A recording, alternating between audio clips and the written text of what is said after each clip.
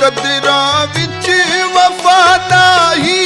है शिकवा कहते क्या माही लिखा किस्मत दबा बैठी लिखा किस्मत दबा बैठी इहा मकसूम हन ढोला मैं अपनी लुटी जिंदगी दा नहीं अरमान चल ढोला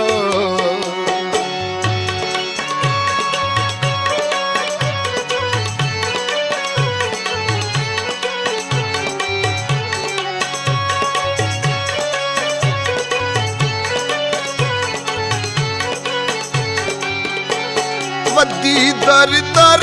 विकाती हाँ न घर